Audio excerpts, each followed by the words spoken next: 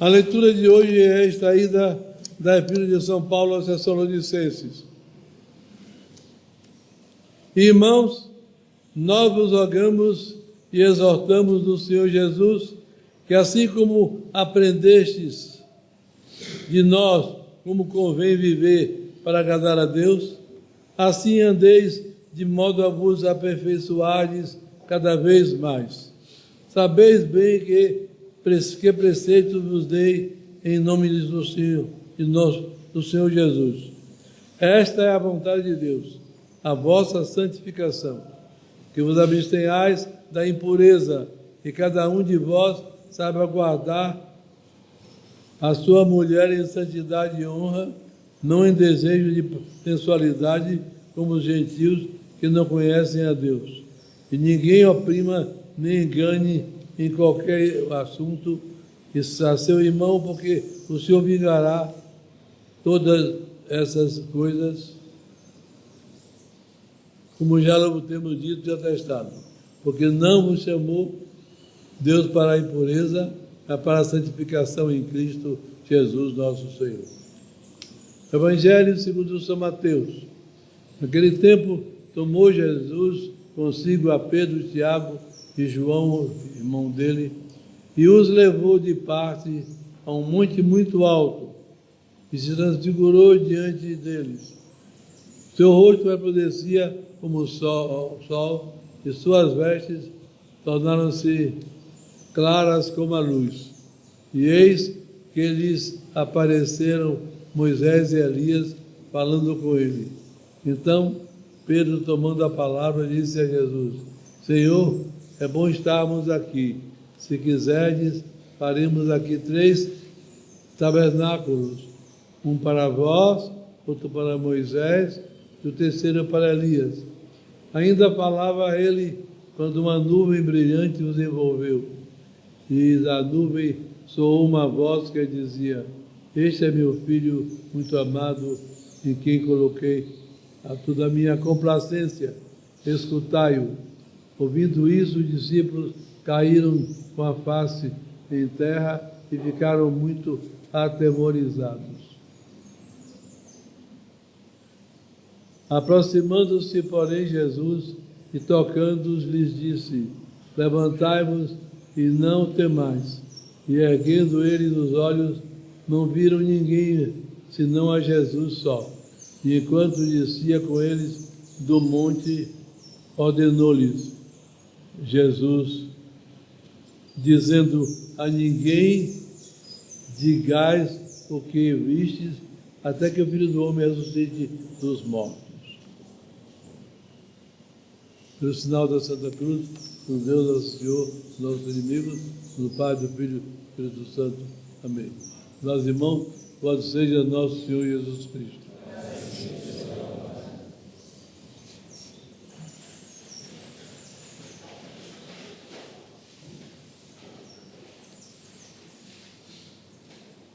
Estamos no segundo domingo da Quaresma.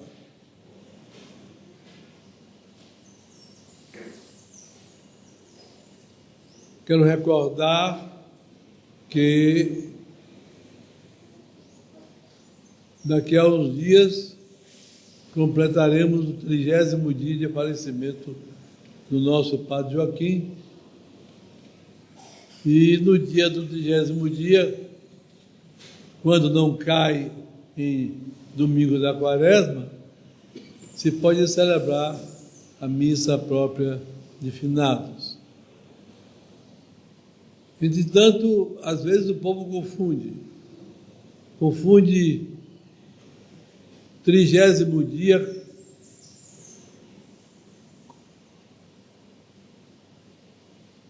com um mês.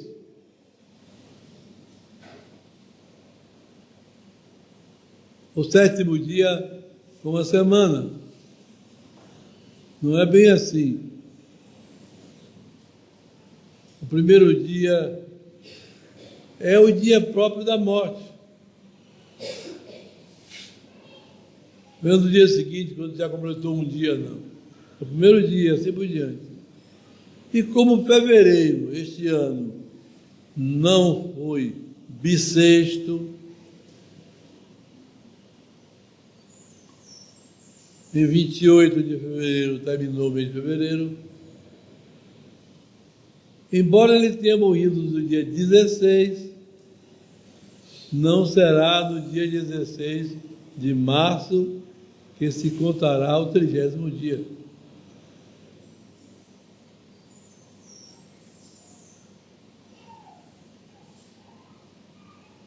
Então, 16, 17, 18, 19, 20, 21, 22, 23, 24, 25. 10º dia. 26, 27, 28, 29, 30. 27, 26, 26, 27, 28. Primeiro, 2, 3, 4, 5, 6, 7. 20º dia. 8, 9, 10, 11, 12, 13, 14, 15, 16, 17. Então, o 30º dia será no dia 17, que será uma sexta-feira.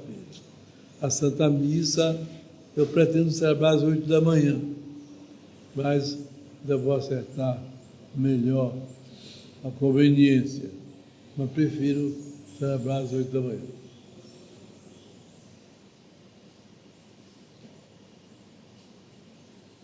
Na leitura de hoje, São Paulo nos aconselha os Tessalonicenses à vida virtuosa, combatendo o pecado. E os pecados que ele cita são pecados muito cometidos lá. Pecado contra a castidade e o pecado da ambição de riquezas. Andam muitas vezes muito ligados os dois. A busca de riquezas e pecado contra a castidade.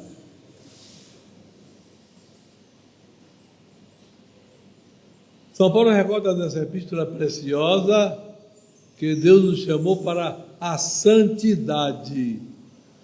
Às vezes o católico acha que não, eu não nasci para ser santo, não. Há aqueles que nasceram para ser santo, mas eu não. Quem lhe disse esse engano? Todos nasceram para a santidade. É claro que muitos nem chegam a conhecer a Deus, a Jesus Cristo. A igreja é verdadeira. Isso, então, os leva a não procurarem a santidade, evidentemente. Esta é a vontade de Deus, a vossa santificação. Lendo com atenção o texto, São Paulo mostra como o seguimento de Jesus Cristo é o meio pelo qual nós nos santificamos.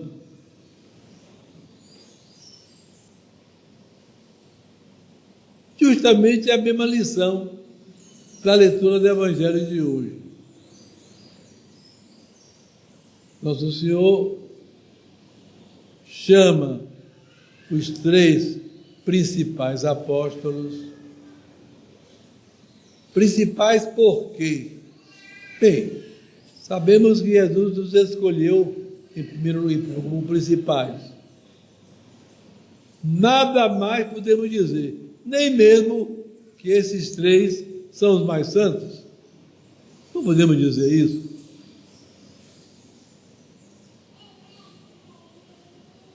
Basta lembrar a enorme fama de santidade que São Tiago Menor, primo de Jesus, chamado irmão, porque eles não tinham em hebraico a palavra primo, nem tio, nem sobrinho. Tio, sobrinho, primo, eu chamava de irmão.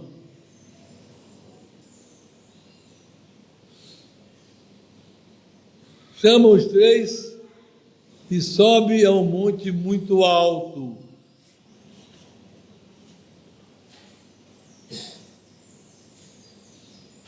O monte mais, a montanha mais elevada de toda a terra dos judeus é o Monte Hermon, que tem 2.700 e tantos metros de altura.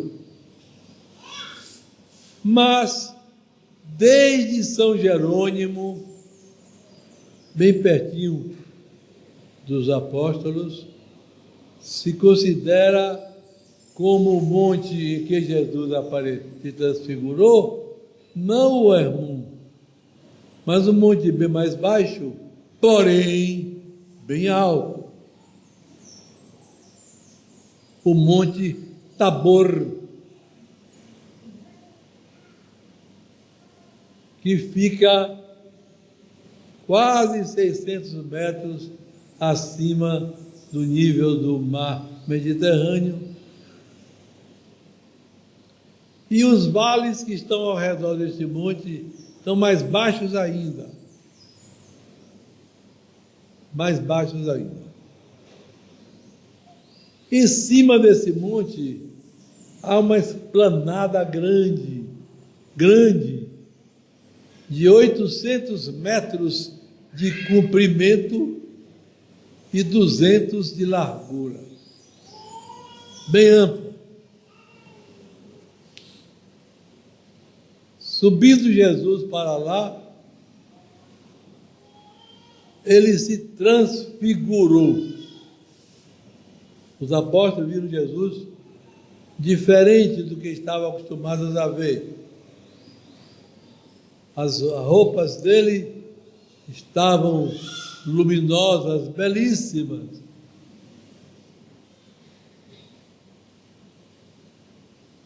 O rosto dele, e certamente qualquer outra parte visível do corpo, os pés, as mãos, estavam também numa formosura muito grande.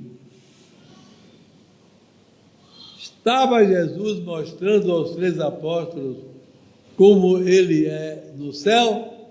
Claro que não. Ninguém na terra tem condição de ver a beleza do céu. Ninguém tem. Quando Nosso Senhor faz aparecer uma visão qualquer, como Nosso Senhor ora em Fátima, em Lourdes, em La Salete, etc. Mostra uma beleza muito grande, porém tirada da beleza da terra. É conhecida a aparição de Mamãe Margarida, mãe de São João Bosco, muitos anos depois que morreu, a ele, e aparece belíssima, luminosa. E o santo pergunta a ela se ele está vendo a ela como ela está no céu. E ela diz que não. Ela diz que não é como no céu. Tanto é assim que ele pede a ela se ela não pode ficar mais bonita ali. E ela fica bem mais bonita, mas ainda é a beleza da terra. Claro, selecionada, não é? Selecionada a beleza da terra.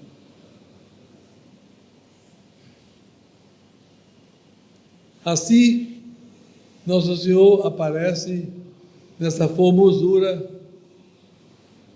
e o curioso é que aparecem as 2 mais respeitadas figuras do Antigo Testamento: Moisés, o patriarca das leis, e Elias, o mais famoso dos profetas do Antigo Testamento. E os 2 começam a conversar. São Mateus não diz qual é o assunto, mas São Lucas, que conta também a visão, diz que estavam os dois falando a respeito do passamento de Jesus, isto é, da saída de Jesus da terra, portanto, de sua paixão, de sua morte, etc. Era disso que eles conversavam. É bem interessante notar que estão os dois maiores do Antigo Testamento falando com Jesus, aprendendo com Jesus, o que mostra que Jesus é maior do que eles. É claro que é. Jesus é o próprio Deus que se fez homem. Vendo aquela maravilha, São Pedro, que às vezes não pensava muito no que falava, Senhor, como é bom ficar aqui. A gente quer mais sair daqui não. Se o Senhor deixar, a gente faz aqui 3 tendas. Uma para o Senhor, outra para Moisés, outra para ele. Que é isso, Pedro?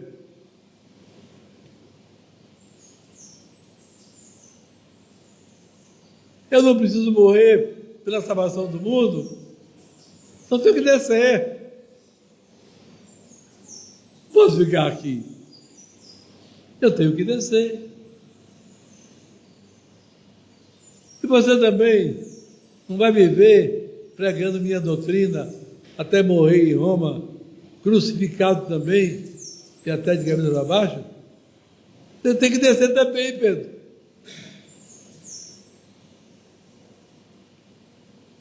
Mas nesse momento, uma nuvem de luz envolve o ambiente todo. E uma voz sai da nuvem: este é meu filho muito amado, no qual coloquei tudo o que me agrada. O que queria Deus Pai dizer a respeito de Jesus ali, com essas palavras? Ele é a segunda pessoa da Trindade, ele é o Filho unigênito do Pai.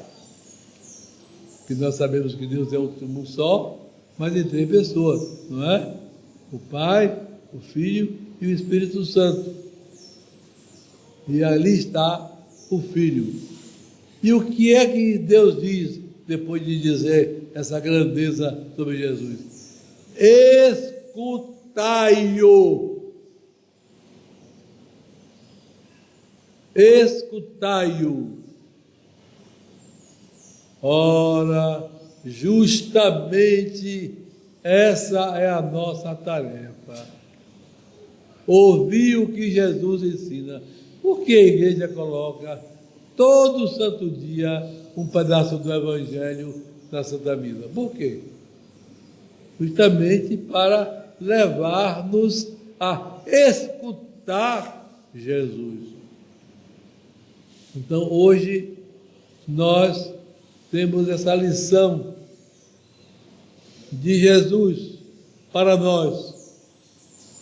E essa intervenção de Jesus de se aproximar de nós, para nós o ouvirmos e o seguirmos, possui graus. Evidentemente possui graus.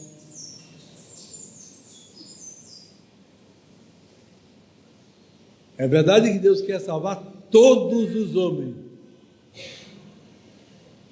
É verdade que quando ele morreu na cruz, sofrendo horrivelmente como ninguém nunca sofreu, ninguém. Ele sofreu para pagar os pecados de todos os homens, de Adão até o último homem, de modo sobrante, transbordante, De maneira que o preço do pagamento de nossos pecados, o preço de pagamento de nossos pecados que Jesus pagou, terrível, tão terrível que a gente sabe que ele estando no Jardim das Oliveiras, Jesus é Deus e homem, como homem, ele se diz aos apóstolos: tristes est anima mea usque ad mortem. Minha alma está numa tristeza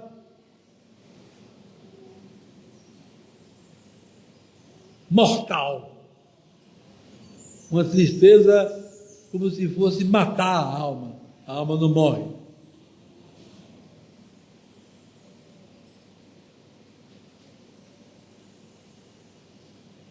E o que é que os evangelistas nos contam?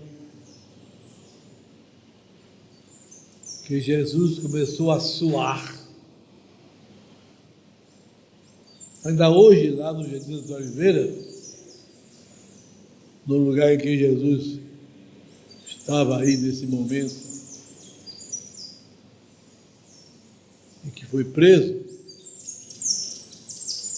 na frente do altar-mor, a pedra, o granito branco, irregular, em que Jesus se prostrou, está lá, a gente pode chegar. Cheguei ali, em nosso nome, beijei aquela pedra sagrada, quando lá estive. Jesus começou a suar, porém, São Lucas, que era médico, conta que o suor não era suor comum, eram gotas de sangue que escorriam até o chão. Só em imaginar o que ele ia sofrer, a alma de Jesus se angustiou tanto que o corpo de Jesus suou sangue, só imaginando o que ia acontecer. Quanto mais a realidade a partir da hora que ela começou. E nós sabemos que Jesus morreu na cruz, sofreu tudo isso, porque Ele mesmo quis sofrer por nós. Como Ele diz em outro passo do Evangelho: ninguém pode tirar minha vida, eu é que dou minha vida e tomo de volta.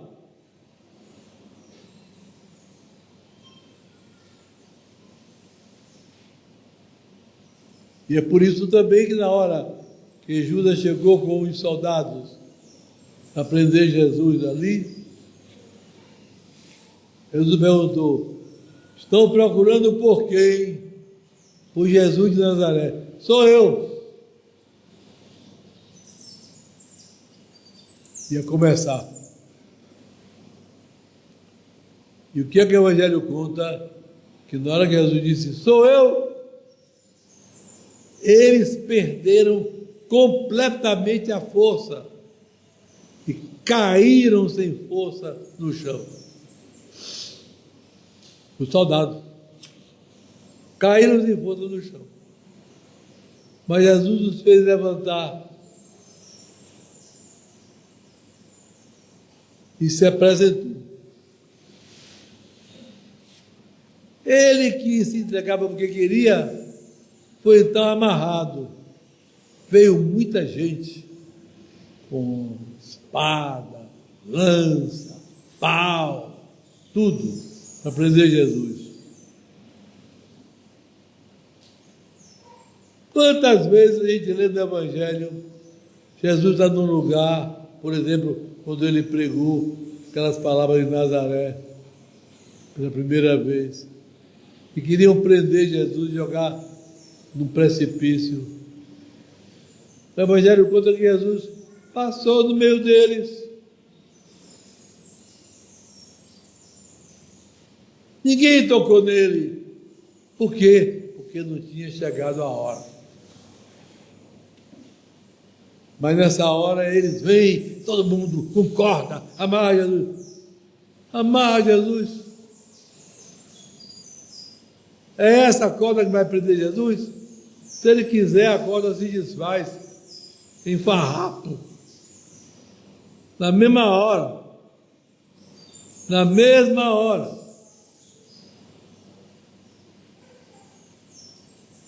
Jesus foi levado. Começou. Aí é pancada, soco no rosto, escarro. Pensem bem, meus irmãos, pensem bem, o rosto de Jesus cheio de escarro. Pensem bem, você já tomou um escarro no rosto? Na sua vida?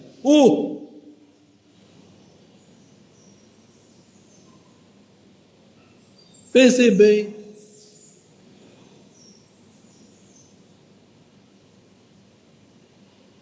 E lá vai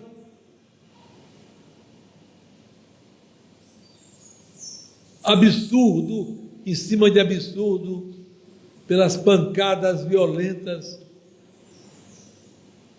e pelo trajeto. Levaram Jesus à casa de Anás. Anás era o pai, era o sogro do sumo sacerdote Caifás. Não tinha autoridade nenhuma. Pois ele foi levado a Anás, como se Anás fosse um juiz, para Anás julgar Jesus. E Anás, nem juiz do povo era, naquele ano.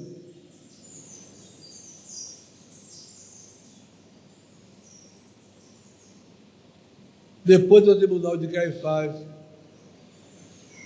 o tempo todo pancada, o tempo todo escarro.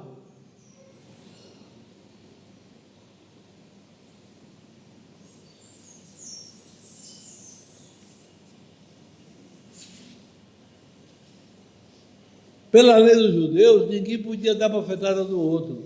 Ah, meu Deus, quantas bofetadas Jesus tomou.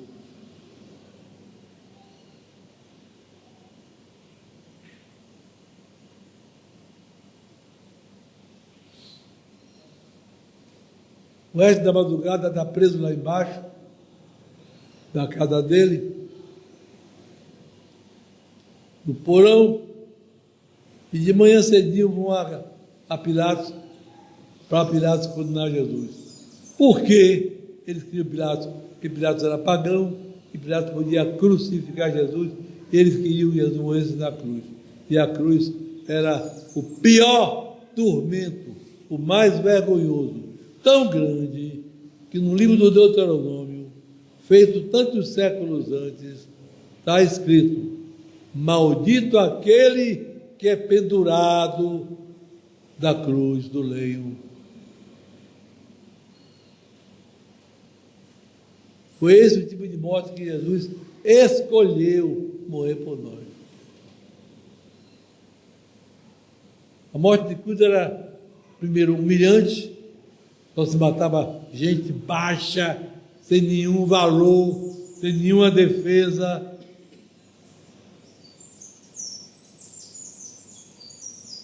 A mais tormentosa.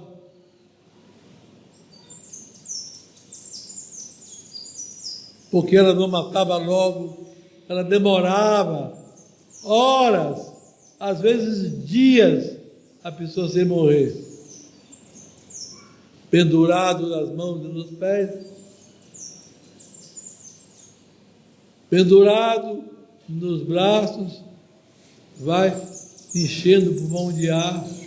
Quando não tem mais oxigênio, tem que expelir, o pulmão está estufado, com toda a dor dos pés, tem que se levantar sobre a ferida dos pés, para dobrar um pouquinho o braço e poder sair o gás carbônico e respirar de novo. E às vezes a pessoa fica horas e horas e horas e horas e horas.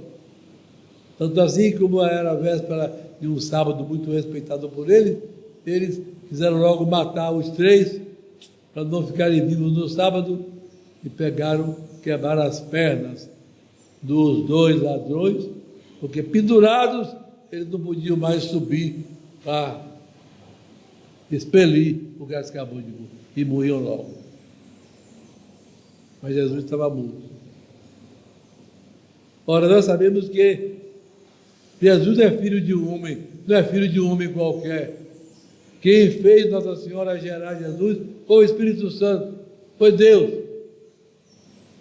Então é claro que o corpo de Jesus era o corpo mais perfeito que existe, mais delicado que existe.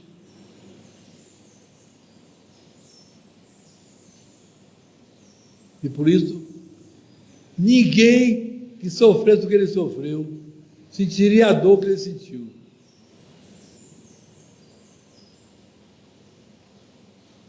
Tudo isso por nós, pela nossa salvação.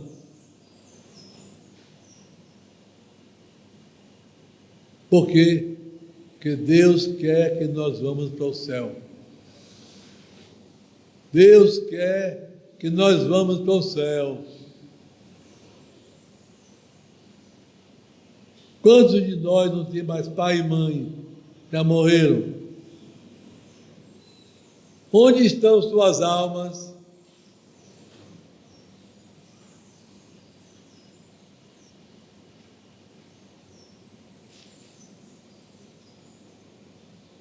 Jesus sofreu por nós para a nossa salvação de todos. E por isso Deus quer que todos se santifiquem. Mas há graus. Por exemplo, Deus chama uns para deixarem tudo, porque justamente os 2 pecados mais fáceis de se cometer é o pecado de imoralidade, o pecado contra a castidade e o pecado de ambição, de dinheiro, querer riqueza, mais riqueza, mais riqueza, mais riqueza.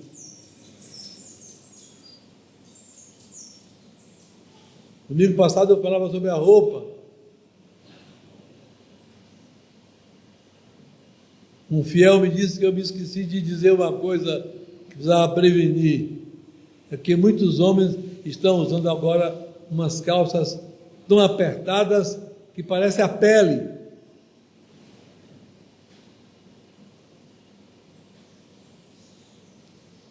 Quem está com uma calça dessa está nu.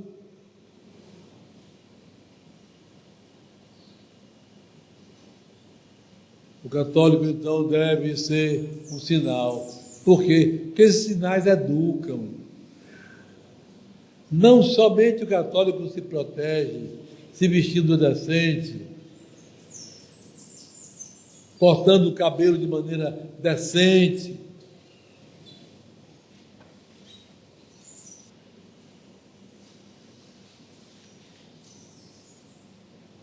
mas ele faz bem aos outros, pelo bom exemplo que dá.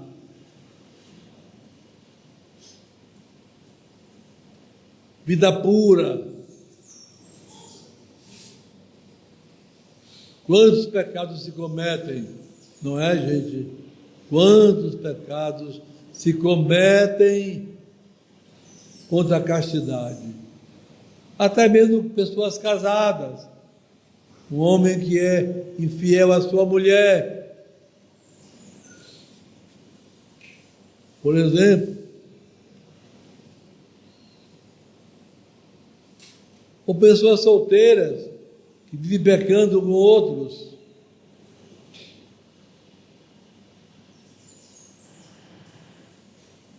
ou pecados piores, como o homossexualismo, mais graves, mil outras maneiras. Hoje tão fácil, por exemplo, o celular. Vou dizer, quem não é capaz de usar o celular para se utilizar dele em coisas proveitosas, quando vai, peca com coisas imorais, não deve usar celular.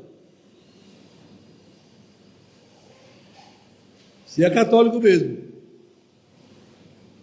se ele não sabe usar o celular, sem procurar algo que não presta, ele não pode ter celular. Não pode. E assim por diante. A castidade, bem guardada. A ambição de dinheiro, de riqueza.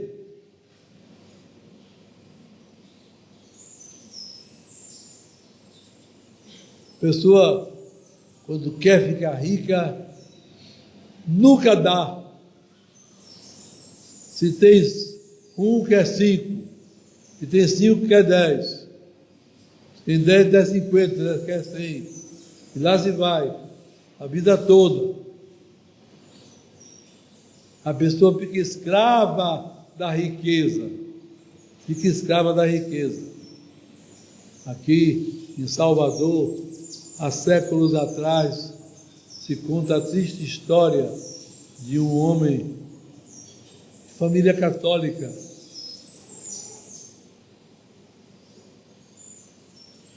que gostava muito de ouro.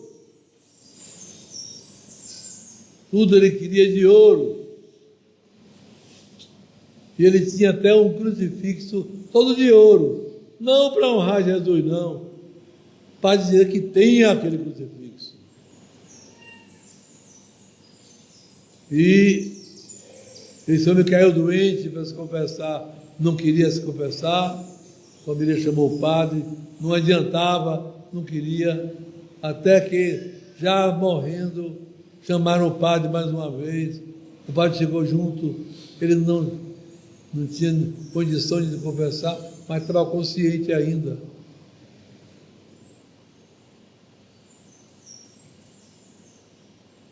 Então o padre pegou o crucifixo de ouro que estava na mesa dele, não achou nada, é crucifixo. Pegou, beije meu filho, as chagas que me salvaram. Ele, quando viu o crucifixo, viu nada, viu ouro, ouro, ouro, ouro, e morreu assim, infeliz, adorando o ouro até o último momento, até o último instante da vida. Uma infeliz morte. Então, o católico deve saber que ele foi criado para ser santo. Cada um de vós foi criado para ser santo. Claro que às vezes eu chamo alguns para mais, alguns para se consagrarem a Deus, como tem alguns que moram aqui fazendo o quê? Consagrados a Deus. Então, guardando total castidade e sem ter nada, que nós gostamos de, para lembrar nós que não temos nada. Se, por exemplo, há um sapato que a gente usa, preferimos entre nós aqui, em vez de dizer meu sapato, dizer o sapato de meu uso.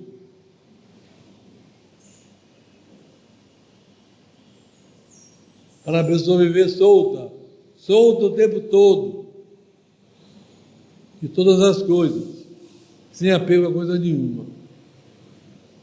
Então, quem se sente chamado para mais, não deixe de atender a Deus. Porque quando Deus chama para mais, é porque Ele quer que seja mais. Na hora do julgamento, vai ser julgado pelo chamado de Deus. Aquele que não é chamado para tanto, mas para viver no mundo, para se casar, etc., não peca. Não peca se casando, mas pode pecar na vida de casado. Por exemplo, é moda hoje, casamento, um filho, 2 no máximo. Então se toma remédio para não ter filho. Peca? Peca. Pior é o aborto, é claro. Mas não precisa chegar ao aborto, não. Ou às vezes chega a aborto e ela não percebe, como a tal pílula do segundo dia. Ela é um aborto, um remédio, um abortivo.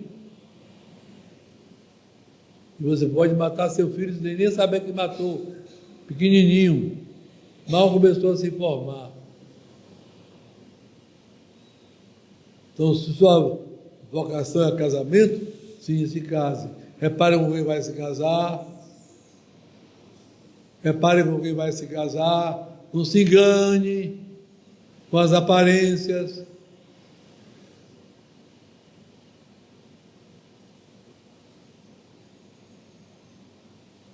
Não é o rosto que vai dizer se a pessoa é boa ou não. Procure viver direitinho. Enquanto o marido e mulher está vivo, é marido e mulher. Não se separe nunca. Tenha paciência um com o outro.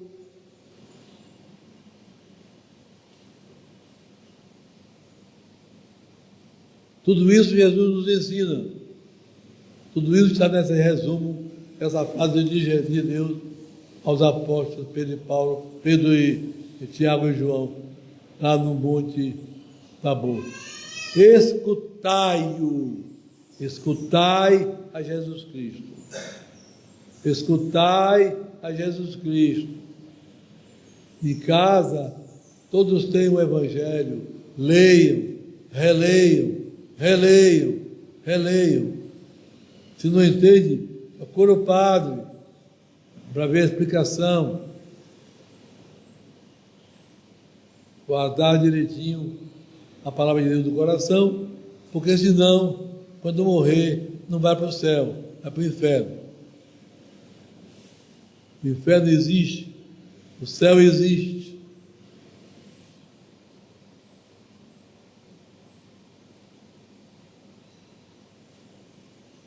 E nem todo mundo vai para o céu, nem todo mundo vai para o inferno.